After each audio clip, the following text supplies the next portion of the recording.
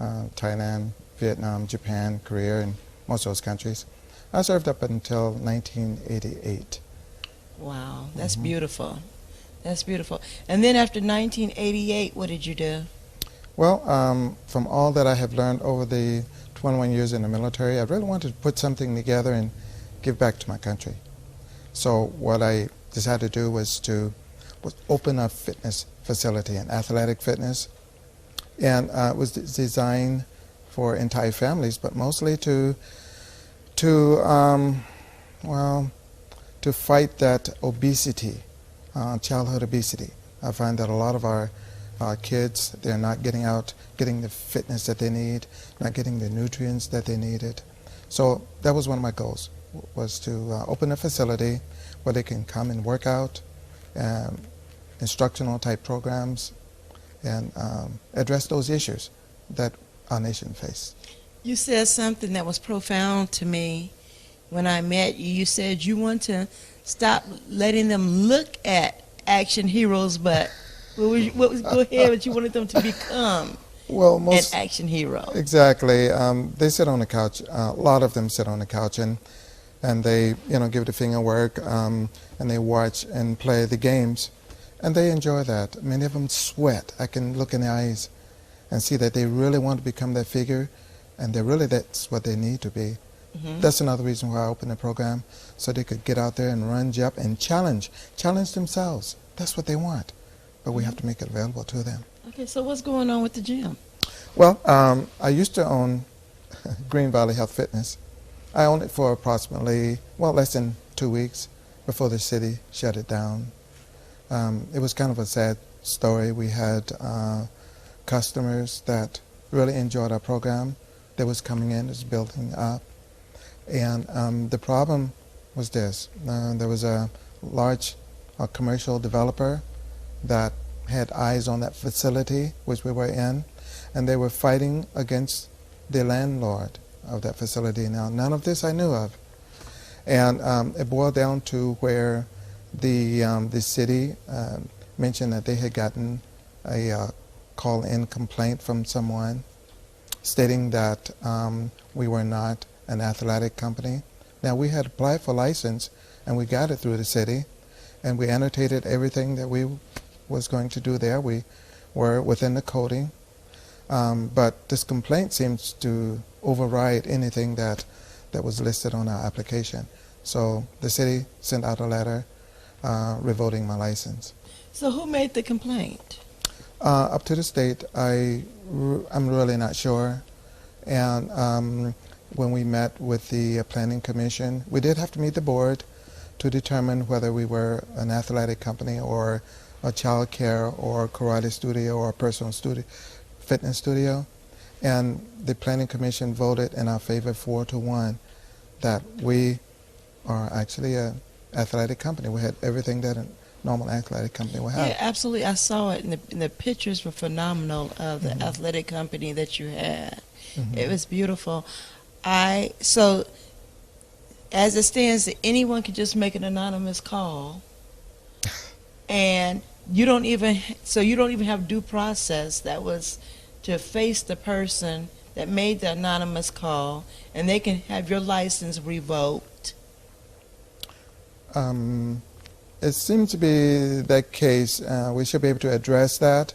But one thing I'd like to mention is that the vice mayor, he came down to visit our facility, and his words was, I don't know why we're shutting this facility down.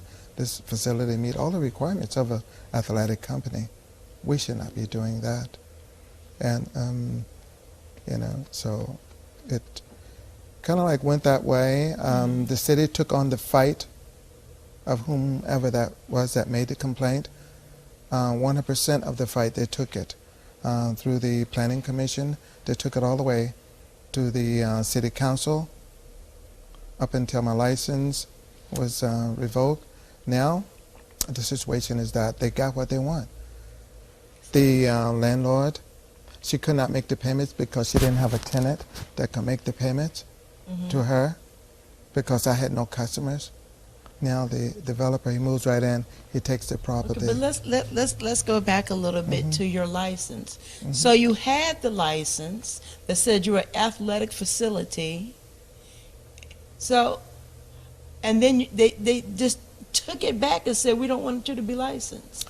What they tried to do, because they were more in favor of the developer having this piece of property, they had to figure out some way to get me out of there. So their way was to try to reclassify my business from an athletic club Wow. to a child care, karate studio, personal studio. That's just what they claim it to be, a personal studio. And the definition of that, they can't even tell me the definition between an athletic company and personal studio. Okay. So what was it like? I know you went to the commissioner's office and they were in favor of you. Then you had to go before the city. What happened there? Well, when we walked in the door, we presented our case. The city council never even heard our case. They didn't even listen. To me, it seems like their minds was already made up. We have a legitimate case here. I'm a law-abiding citizen here. I have a right. Do I have the right to go into business? And if I have violated any of the codes, I expect it to be brought to my attention. Let's correct it. What can we do to correct you rather than to cut you off? So you weren't allowed that process either. No code enforcement people, no list was made, anything like that to tell you this is what you need to do to be in compliance with your business license. They just revoked on a phone call. That's correct.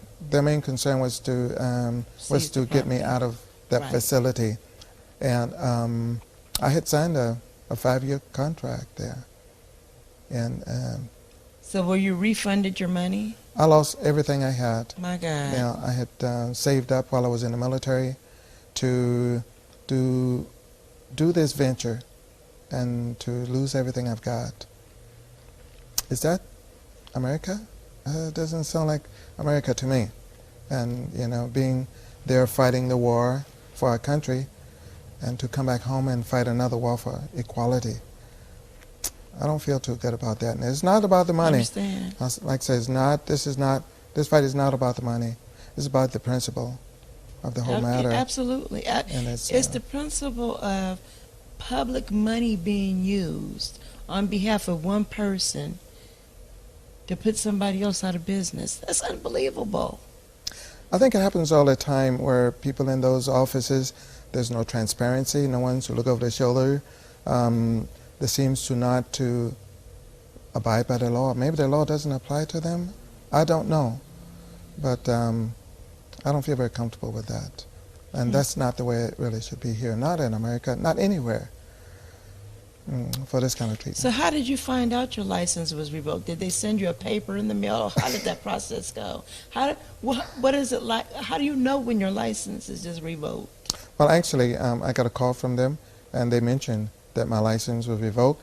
And following it, within a few days later, I received a formal letter stating that my license was revoked. And then later, we found out this letter was an illegal letter. It didn't go through the proper channels. It was straight from someone's desk. Matters like this should go through a process. It should be heard by the council, but yet it was not. It's just so much legality going on now that's just swept up under the rug. And I like to bring these issues to surface. I think it needs to be brought to surface. It needs to be. That's why we're here today. David, why don't you tell us about your experience? I know it's not the same experience, but it's a similar experience. Well, what impelled me to was Sifu after hearing his story. What? Explain the name Seafood. Okay, I'm sorry. Sifu is like Kung Fu master, so we always call him. This man's incredible in the art, and we met at his gym and in the martial arts, and working out and training with him, and watching how he's been working with the kids. I kind of grown a big, large energy toward his movement and what he's been doing, and what I've been through. It's a similarity that happened in the city of Vallejo, where I had a facility, was the Vallejo Performing Arts Center, which in return doing stuff for the youth and bringing kids to be able to have memberships, and it got so political because really they wanted the name Vallejo Performing Arts Center.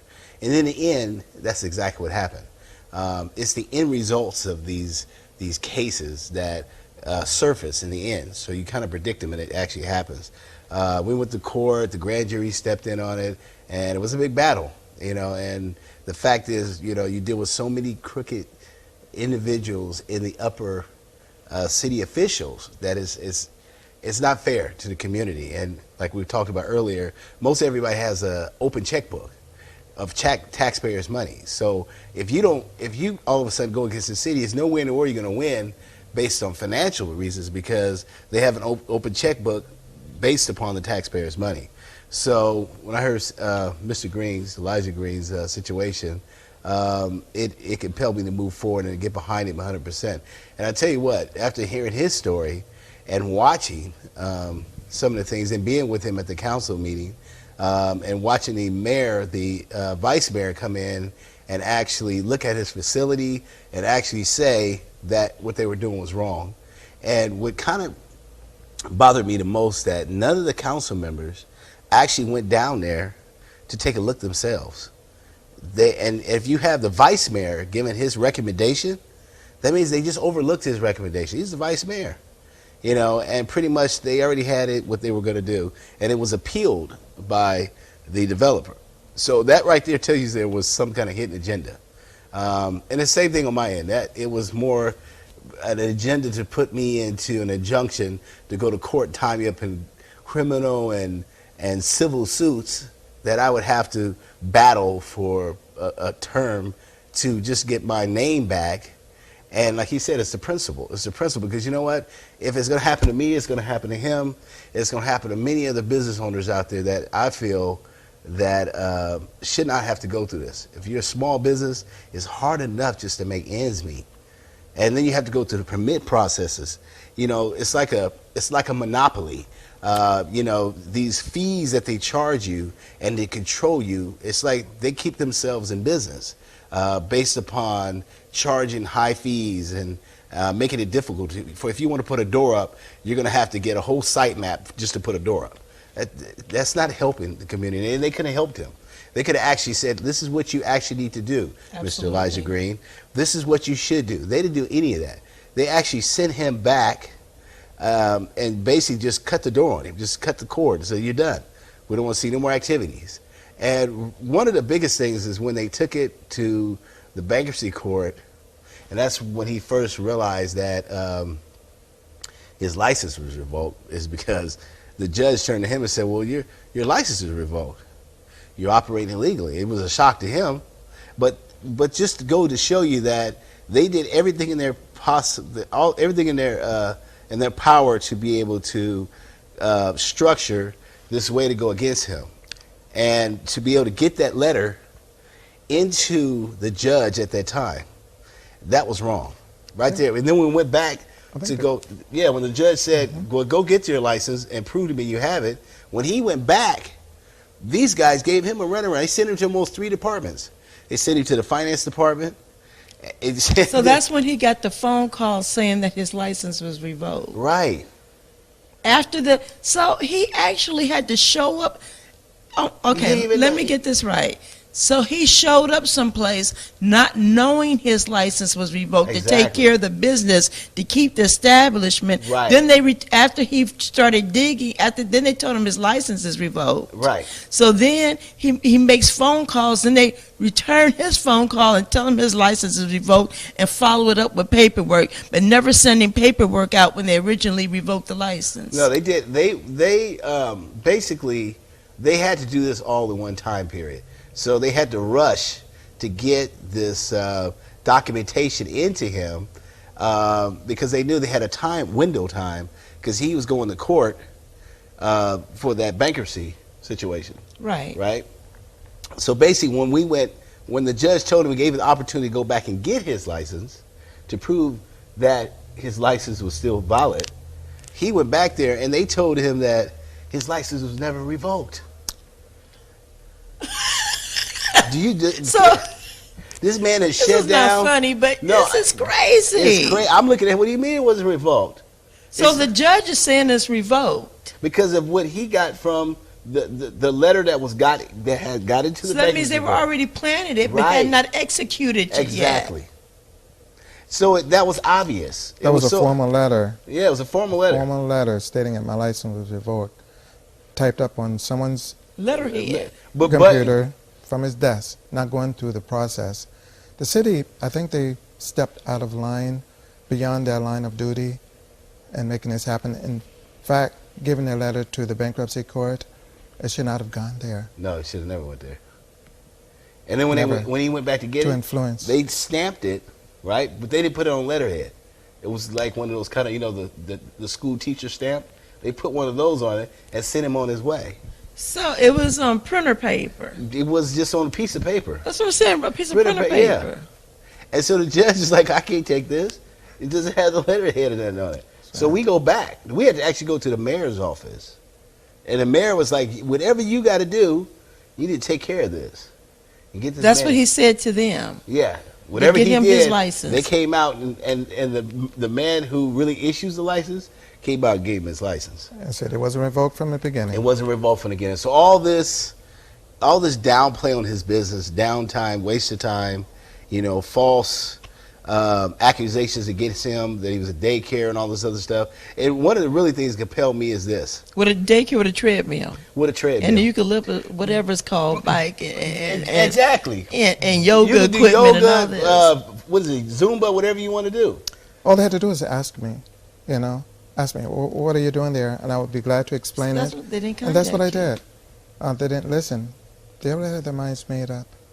But you know what got the most? It was about the land. It was about the property, yes. Right. Hmm The And the biggest dollars, thing, too, is that when he the funniest thing, the more I think about this, Wow. his license was taken 2 weeks from the time he opened. Now get this. So they went down there real quickly to get a write-up. That's their tactics. And he haven't even moved in yet. So you don't know what I haven't even moved in yet. I'm a hamburger place, but I haven't even moved my fryers in yet. I'm McDonald's, but I haven't put my sign up. So you're going to tell me I'm not McDonald's. And you haven't, and I don't have my stuff in yet. I don't have my stuff in yet, but it was on its way. You're not a gym. You don't have lockers. You don't have any equipment. Yeah, but this is in my plan I gave you. So I have to rush now to get my stuff in. And once he did that, once he got everything to him, as you can see in the pictures, Right. all the gym stuff was in there. And they tried to say karate is not a sport. But on the use permit it said... Don't they have tournaments? Yes, it's a sport. We pulled up this is a presidential report for national, what businesses are. And it said karate is definitely a sport. The use permit said A worldwide sport. A worldwide, the world of sports, ESPN. Uh-huh. Any Any sports athletic, activities, yeah. any sports activity should have been allowed there in that building, no matter what. So how are you going to say you are a personalized training studio or you are a gym? What difference does it make? 24 hours do it all day long. The planning commission had already made a determination. Yeah. They should have respected that. Those are the men who make the plans. The Right. council members came in and just looked at it, and they already in mind said, we're going to vote on that? Okay, yeah, he's not a gym. It was just that simple. It's like a slap in the face. It seems to be not a city fight, but the city took on this fight for someone else. I understand what you're saying. They took on this fight, but they stepped out of line in doing so. The people in those positions that are working for us, I'm hoping that they keep really the little people like us in mind. In a lot of cases, not true. Because it could happen. Say I decide I want to open up an academic center somewhere. Exactly. And as soon as I buy all my stuff and invest all my money and everything, someone says, I think I like that building. Exactly. Then all of a sudden I'm out of business. And lost all your savings. And lost all my stuff. I'll be mad about my money. It'd be more than principle. Well, I was more. He's calm. Yeah, I'm telling you. I was furious when I seen this because it just gave me. It took me back down memory lane to watch the tactics of how city officials work. I know you were telling me this term. What is it? Bootstrapping? Yeah, I learned it from an attorney. It's called bootstrapping. It's when city officials, they strap together like to pass a favor to another favor. And it feel like, you know, because they're doing it for job security. So most like the fire department, if he knows somebody, say, I need you to go down there and check this out. But this is what's happening. So they already kind of prefabricate a story in their mind. It's all I got it. So when they go to this place, they already got this preset in their mind that they're going to shut you down, no matter what it's going to be.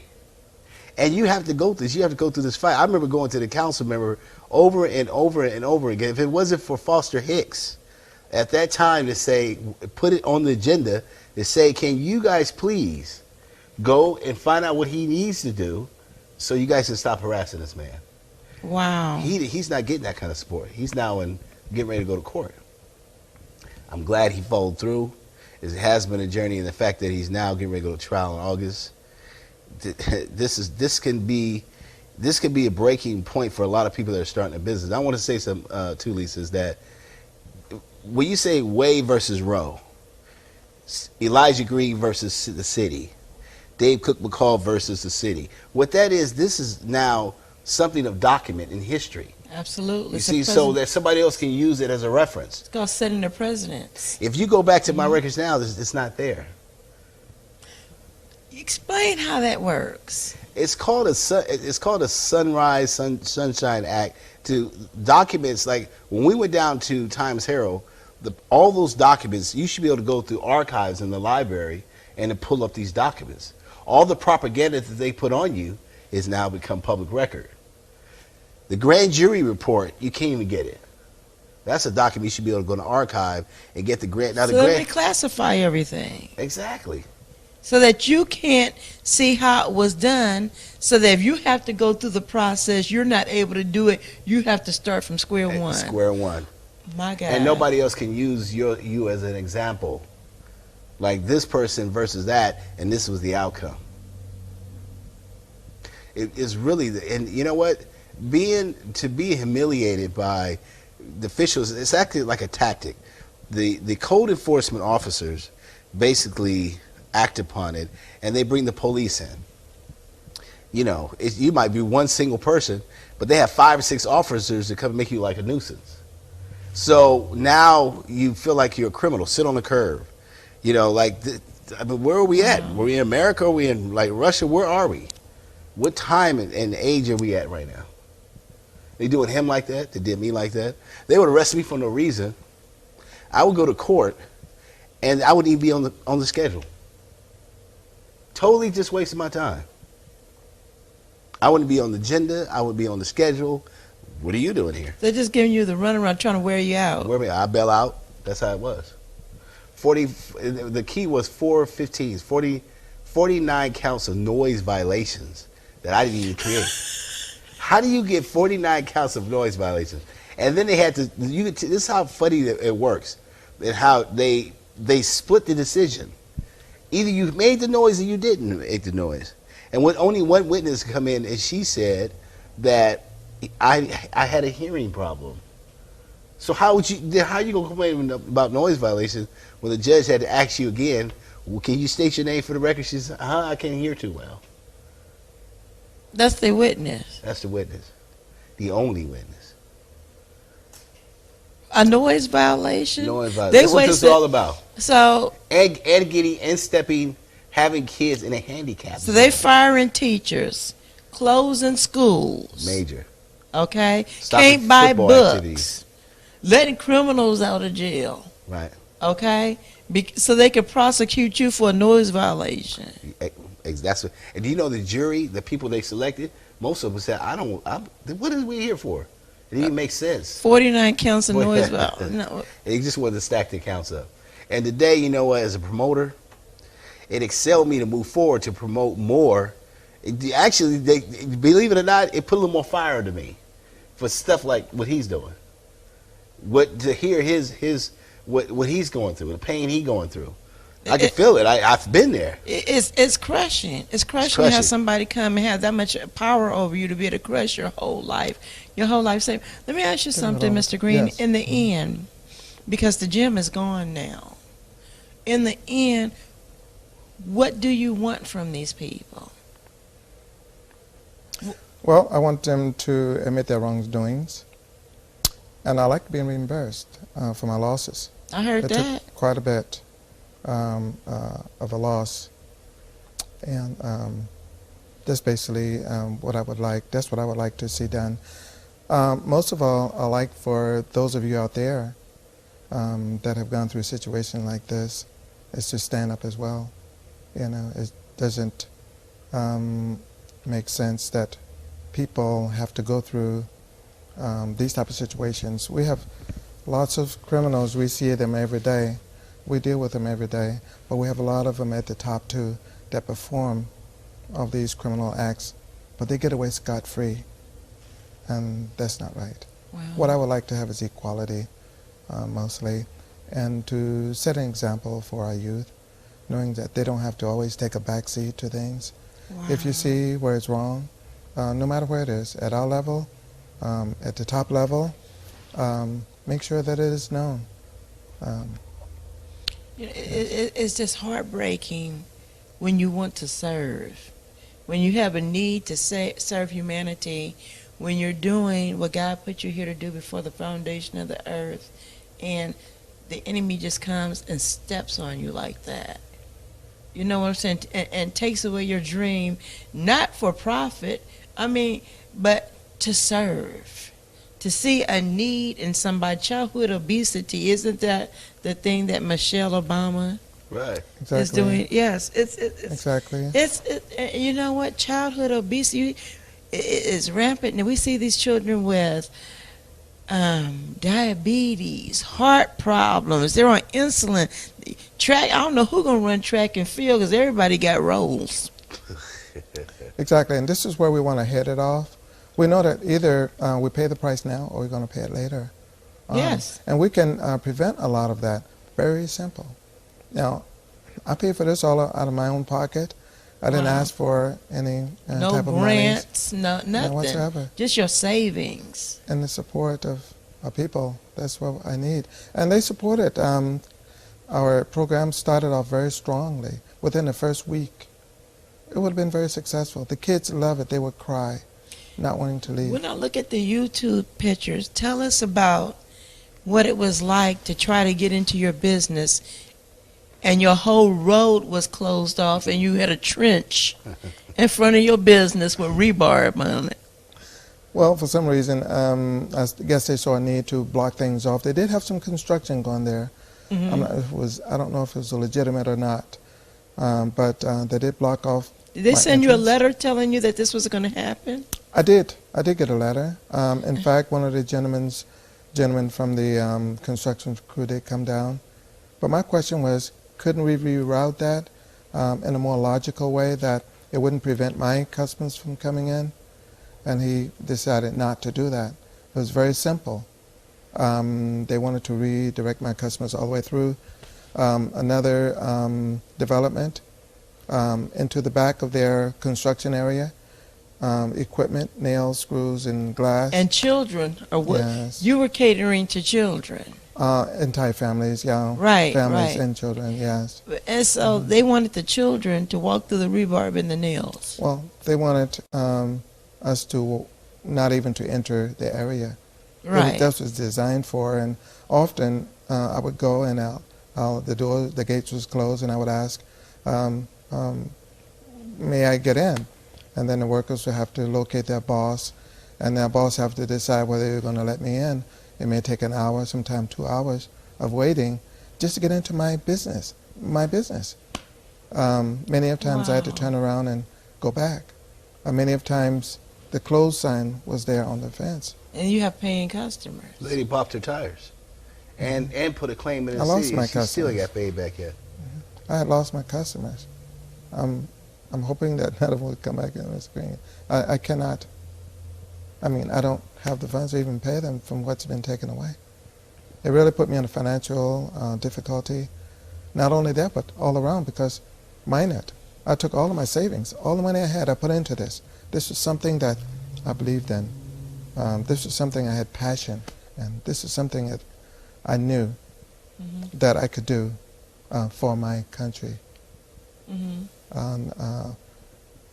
To have the doors closed like that, I'm not really comfortable with that. Not at all. You shouldn't be. You know, You one shouldn't be. big thing too, and I know he's miles to say, but the fact that this man, I don't even serve this country, but he got Agent Orange behind it, and you were speaking about some of the illnesses. And Mr. Green, I mean, for him to be going through what he's going through right now, I give thumbs up to this brother for really putting the energy and what he's going through. Actually, the devastating blows that they're giving him, and he's still standing back up. I mean, dialysis. You know what? Let's backtrack a minute, because a lot of our viewers are younger, and they might not understand the whole coming out of Vietnam and the Agent Orange. Can somebody elaborate? Can you, Mr. Green, elaborate on the whole Agent Orange situation? Yes, during the Vietnam era, Vietnam War, I volunteered to go in, and I did serve in Vietnam. And Agent Orange is a chemical. It's a pesticide that our government used to kill plants, so that, well, that's where the enemy hides. Germ warfare. Yes, they hide behind the plants and the trees and things like this. Warfare. By using a chemical to kill it, that's why they would get to find them. But they spray this by aircraft, and that stuff doesn't discriminate. The Viet Congs, they breathe it, so do we. So we breathe it. So that's what caused my diabetics and my kidneys to fail as well, and heart disease. So every other day I have to go into the medical, and they transfuse my blood for 4 hours straight, from 6 in the morning to about 10 to 11 o'clock during the day. Now that's 4 hours each day, 3 hours a day, 12 hours a week. As a result of serving the country and being exposed to chemical warfare. For the rest of my life, this is what I'm going to have to go through, and the medications.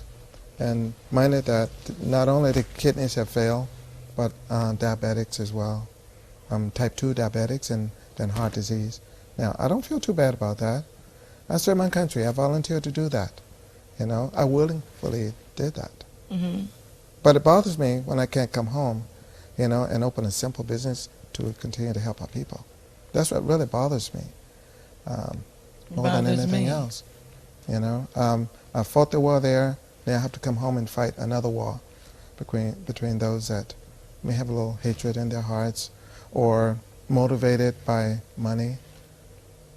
It bothers me. This is not the America I used to know. Amen.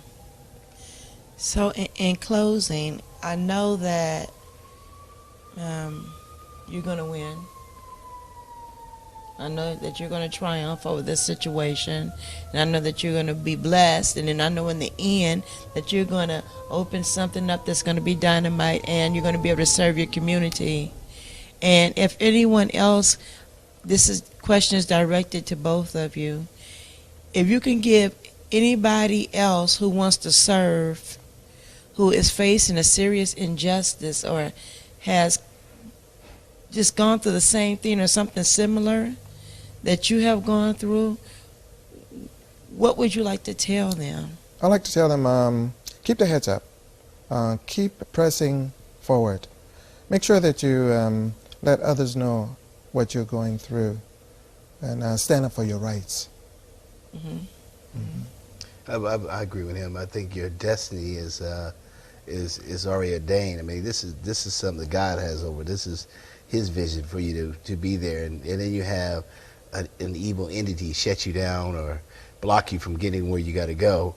I think the most important thing is, like he said, keep your head up, don't give up, you know, and keep yourself focused on moving forward, because you can fall down just like falling off a bike, but you got to get back up and keep riding.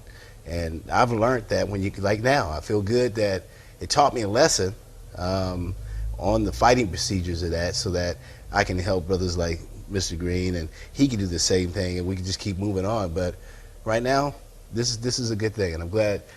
Thank you, Lisa, Senator Council Lisa B, Cast Down Imagination TV, for giving us the opportunity to be able to share our stories with everybody. I thank you for coming in, sharing, and giving me the opportunity to let people see that you know what, serving humanity is always not an easy thing when you have a vision. It takes some perseverance and a lot of obstacles and a lot of evil sometimes. You have to face a lot of evil sometimes to be triumphant. And I just want to say, job well done to both of you men for going on in spite of, because you're going to pave a way for a lot of people to be able to move on and do what they need to do. And I would just want to say to all the viewers that please, if you see these men in their struggles, support.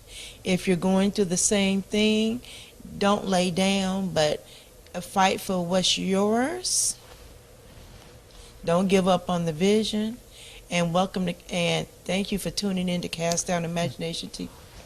Go ahead, Mr. Green. All right, I'm still meaning to cross you, but I would like to say that we do have a website that it may go to. Please And, share your information. Both of you, please share your information. They would look up on YouTube, in fact, Green Valley Health Fitness versus the city of Fairfield. And they'll give you a pretty wide overview That's as to over what to the we're movie going through. zine site. Yeah, and right now, thank God we could be able to push the Go Green with Movie Zine campaign, and I've kind of moved my direction more to the Mother Earth campaigns, solar concerts, solar products, to kind of help the environment. So that's where I'm at right now, and we got a facility downtown Fairfield, 1127 West Texas Street, and this is what my dedication is giving back to companies and businesses so that they can move forward and with their dreams and making things happen. So you can visit our website at www.moviezinenetwork.com. Thank you. And actually, this is where we shoot our programs. This is where he allows us to have our studio. David is also my webmaster. He's also my webmaster, and he is actually the first person to hear about the vision. I walked in when I wanted to do Cast Down Imagination with my nosy self, walked in and said, "Oh, this is, what do you do?" With all the books in your head. With all my books in my hands, said, "Can I sit down and talk to you a minute?" And he was one of the few people who thought I wasn't crazy. So God bless you, Mr. David. Stewardship. Stewardship. And you taught me that. That's it.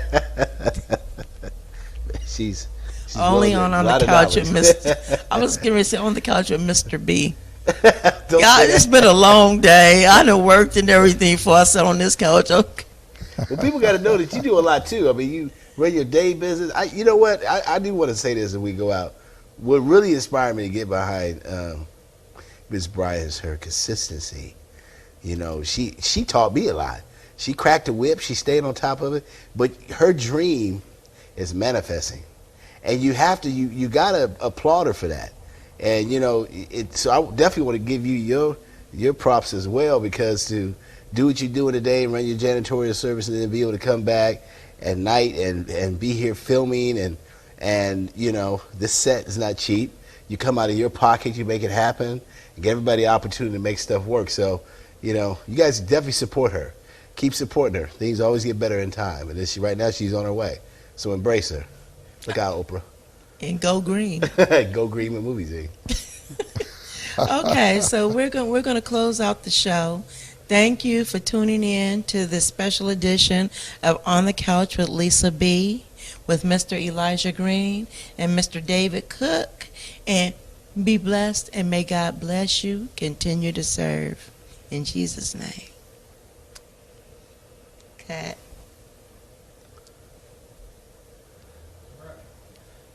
All right. Can we do a